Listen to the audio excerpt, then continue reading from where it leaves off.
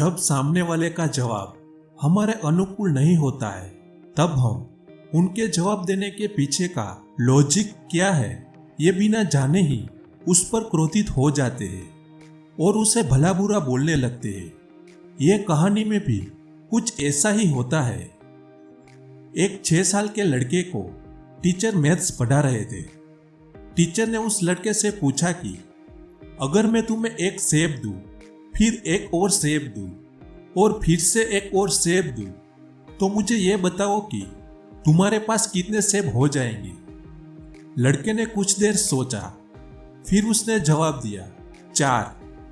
बच्चे के गलत जवाब की वजह से उसके टीचर थोड़े निराश हो जाते हैं। टीचर को ऐसा लगता है कि यह सवाल तो बहुत आसान है, फिर भी बच्चे ने उसका उत्तर सही नहीं दिया। लगता है बच्चे ने सही से सवाल सुना नहीं होगा। टीचर ने बच्चे को फिर से वही सवाल पूछा, बेटा ध्यान से सुनो, मैं तुम्हें एक सेब दूं, फिर एक और सेब दूं और फिर से एक और सेब दूं, तो तुम्हारे पास कितने सेब होंगे। वो 6 साल का लड़का टीचर का चेहरा देखकर समझ गया था कि टीचर उसके जवाब से खुश नहीं है। वो अपनी उंगलियों से गिनने लगा और ऐसा सोच रहा था कि मैं ऐसा क्या उत्तर बताऊं जिससे टीचर खुश हो जाए। उस बच्चे के दिमाग में यह नहीं था कि उसका जवाब सही हो, बल्कि यह था कि मेरे टीचर मेरे जवाब से खुश हो जाए। बहुत सोचने के बाद लड़का बोला 4। बच्चे का जवाब सुनकर टीचर फिर से नाराज हो जाते हैं। टीचर को अब याद आता है कि बच्चे को संतरे ज्यादा पसंद है। टीचर ऐसा सोचते हैं कि शायद इसे सेब पसंद ना हो और इसी वजह से यह अपना फोकस लूज कर रहा हो। इस बार टीचर बच्चे को प्यार से पूछते हैं, अगर मैं तुम्हें एक संतरा दूं, फिर एक और संतरा दूं और फिर से एक और संतरा दूं, तो तुम्हारे पास कितने संतरे हो जाएंगे।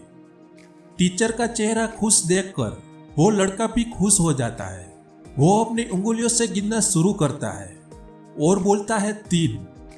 बच्चे का जवाब सुनकर इसके टीचर बहुत खुश हो जाते हैं। उन्हें ऐसा लगता है कि मेरा नया तरीका काम कर गया। टीचर को लगा कि अब यह लड़का समझ चुका है और वो अब इस तरह के किसी भी प्रश्न का उत्तर दे सकता है। फिर टीचर ने पूछा, बेटा बताओ, मैं तुम्हें एक सेब दूं, फिर एक और सेब दूं और फिर एक और सेब दूं, तो तुम्हारे पास कितने सेब हो जाएंगे। लड़के का पिछला जवाब सही था, इसलिए उसका कॉन्फिडेंस अब और बढ़ जाता है और वो बिना समय गवाए जवाब दे देता है 4। टीचर अब बहुत ज्यादा क्रोधित हो जाते हैं और उस बच्चे से कहते हैं कि तुम्हारे पास दिमाग है कि नहीं, मुझे समझाओ कि 4 सेब कैसे हो जाएंगे। टीचर का यह क्रोधित रूप देखकर बच्चा डर जाता है और रोते हुए बोलता है, क्योंकि मेरे पास बैग में पहले से ही एक सेब है।